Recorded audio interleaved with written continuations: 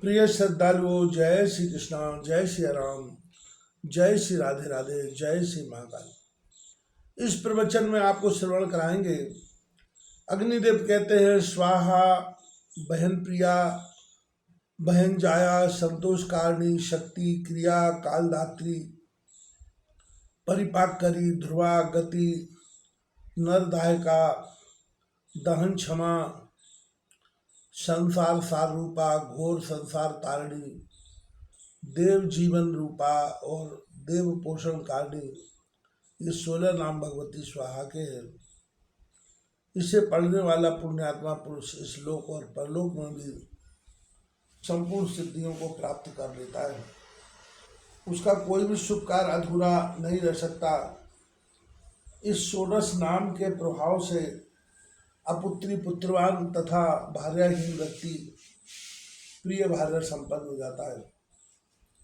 भगवान नारायण कहते हैं, मुने अब भगवती स्वधा का उत्तम उपाख्यान कहता हूँ, सुनो। पितरों के लिए यह तृप्तिप्रद एवं श्राद्धान्न के फल को बढ़ाने वाला है।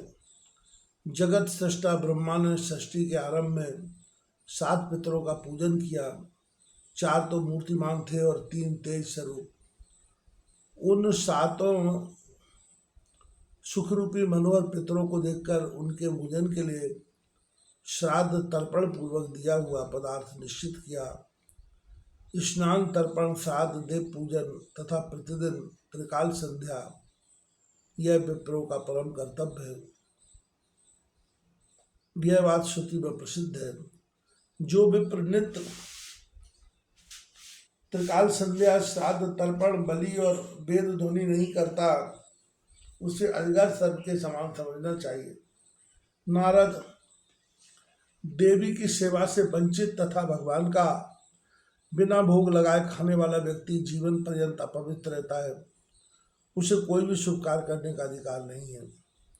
यूँ ब्रह्मा जी तो पितरों के आहारार्थ श्राद्ध आदि का विधान करके चले गए, परंतु ब्राह्मण प्रभृति व्यक्तियों के दिए हुए कव्य पदार्थ पितर पा नहीं सकते थे। अतः वे सभी क्षुधा साधना होने के कारण उदास होकर ब्रह्मा जी की सभा में गए। उन्होंने वहां जाकर ब्रह्मा जी को सारी बातें बताई। तब उन महापाप विधाता ने एक परम सुंदर मानसी प्रकट की। सैकड़ों चंद्रमा की प्रभा के समान मुख वाली वह देवी रूप और यौवन से संपन्न थी। उस साध्वी देवी में विद्या, गुण, बुद्धि और रूप सम्यक प्रकार से विद्वान थे। श्वेत चंपा के समान उसका उज्ज्वल वर्ण था। वह रत्नमय भूषणों से भूषित थी। मूल प्रकृति भगवती जगदम्बा की अंशभूत वह देवी मुस्कुरा रही थी। सदा विशुद्ध वर देने वाली एवं कल्याण स्वरूप नहीं, उस सुंदरी का नाम सुधा रखा गया। भगवती लक्ष्मी के सभी शुभ लक्षण उसमें विराजमान थे। वह अपने चरण कमलों में शतदल कमल पर रखे हुए थी। उनके मुख और नेत्र विकसित कमल के सदृश सुंदर थे। उसे पितरों की पत्नी बनाया गया। ब्रह्मा जी ने पितरों को संतुष्ट करने के लिए इस तुष्टि स्वरूपणी को पत्नी रूप से उन्हें सौंप दिया। साथ ही अंत में स्वधा लगाकर मंत्रों का उच्चारण करके पितरों के उद्देश्य से पदार्थ अर्पण करना चाहिए। यह गोपनीय बात भी विप्रों को बतला दी। तब से विप्र उसी क्रम से पितरों को कवच प्रदान करने लगे। जो देवताओं के लिए वस्तुदान में स्वाहा और पितरों के लिए स्वधा शब्द का उच्चारण श्रेष्ठ माने जाने लगा, उस समय देवता, पितर, विप्र, मुनि और मानव इन सब ने बड़े आदर के साथ उन शांत स्वरूपणी भगवती स्वधा की पूजा एवं स्तुति की। देवी के बर प्रसाद से सबके सब परम संतुष्ट हो गए। उनकी सारी मनोकामनाएं पूर्ण हो गई। मुने, इस प्रकार भगवती स्वधा के संपूर्ण उपाख्यान का वर्णन मैंने तुम्हारे सामने कर दिया। इस सब के लिए तुष्टिकारक है, पुनः क्या सुनना चाहते हैं। नारद जी ने कहा, वेद माताओं में श्रेष्ठ महामुनि, अब मैं भगवती स्वधा की पूजा का विधान, ध्यान और स्तोत्र सुनना चाहता हूँ, बलपूर्वक बताने की कृपा कीजिए। भगवान नारायण कहते हैं, ब्रह्मन देवी स्वधा का ध्यान स्तवन मंगलमय है। आश्वन मास के कृष्ण पक्ष में त्रयोदशी तिथि को मघा नक्षत्र में अथवा श्राद्ध के दिन बलपूर्वक यत्पूर्वक भगवती स्वधा की पूजा करके तत्पश्चात श्राद्ध करना चाहिए। जो बुद्धि का अभिमानी विप्र स्वधा देवी की उपासना न करके श्राद्ध करता है, उसके श्राद्ध और तर्पण सफल नहीं होते। ये भगवती स्वधा ब्रह्मा जी की मानसी कन्या है।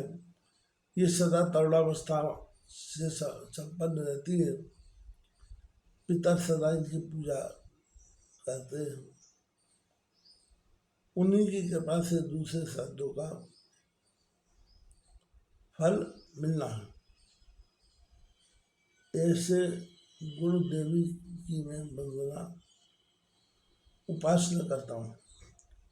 इस प्रकार ध्यान करके शिला अथवा मंगलमय कलश पर इनका आह्वान करना चाहिए। तदनंतर मूल मंत्र से पाद आदि उपचारों द्वारा इनका पूजन करना चाहिए।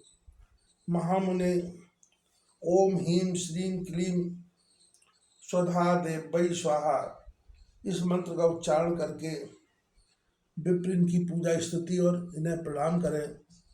ब्रह्मपुत्री विज्ञानी नारद अब स्तोत्र सुने। यह स्तोत्र मानवों के लिए संपूर्ण अभिलाषा प्रदान करने वाला है। पूर्व काल में ब्रह्मा जी ने इसका पाठ किया था। भगवान नारायण कहते हैं, नारद, स्वधा शब्द के उच्चारण मात्र से मानव तीर्थ स्नायी समझा जाता है। वह संपूर्ण पापों से मुक्त होकर वाजपेयी यज्ञ के फल का अधिकारी हो जाता है। स्वधा स्वधा स्वधा आदि यदि इस प्रकार 3 बार इनका स्मरण किया जाए तो श्राद्ध बलि और तर्पण के फल पुरुष को प्राप्त हो जाते हैं। श्राद्ध के अवसर पर जो पुरुष सावधान होकर स्वधा देवी के स्तोत्र का श्रवण करता है, वह श्राद्ध का फल पा लेता है, इसमें संशय नहीं है। जो मानव स्वधा स्वधा स्वधा इस पवित्र नाम का त्रिकाल संध्या के समय पाठ करता है, उसे पुत्रों तथा सद्गुणों से संपन्न विनीत पतिव्रता प्रिय पत्नी प्राप्त होती है। देवी, तुम पितरों के लिए प्राणम तुल्य हो और विप्रों के लिए जीवन स्वरूपिणी हो। तुम्हें श्राद्ध की अधिष्ठात्री देवी कहा गया है। तुम्हारी कृपा से श्राद्ध और तर्पण आदि के फल मिलते हैं। सुब्रते, तुम्हारा विग्रह नित्य सत्य और मृगणमय पुण्यमय है। तुम सृष्टि के समय में प्रकट होती हो और प्रलय काल में तुम्हारा तिरोभाव भी हो जाता है। तुम प्रणव स्वरूपा स्वस्ति स्वाहा स्वधा एवं दक्षिणामयी देवी को नमस्कार है। चारों वेदों द्वारा कल्प फल को संपन्न करने के लिए तुम निरूपित हुई हो। कर्मों की पूर्ति के लिए ही ईश्वर ने तुम्हारे चारों बनाए। इस प्रकार देवी स्वधा की महिमा गाकर ब्रह्मा जी अपनी सभा में विराजमान हो गए। इतने में सहसा भगवती स्वधा उनके सामने प्रकट हो गई। तब पितामह ने उन कमल नयनी देवी को पितरों के प्रति समर्पण कर दिया। उन देवी की प्राप्ति से पितर अत्यंत प्रसन्न हुए। वे आनंद से विहल हो गए।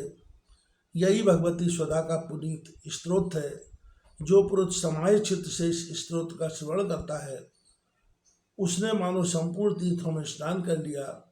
उसके समस्त मनोरथ पूर्ण हो जाते हैं।